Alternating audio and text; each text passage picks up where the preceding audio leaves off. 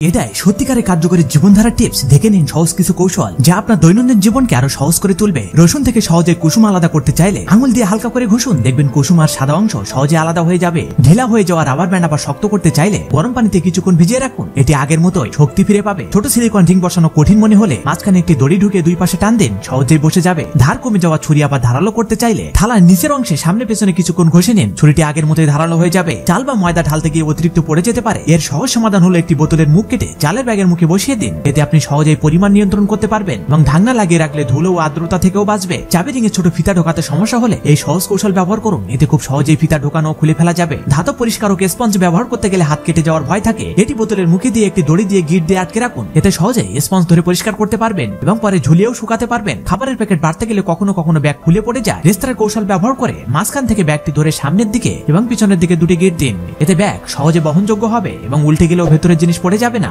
এখন কিছু like subscribe পাওয়া যাবে কি?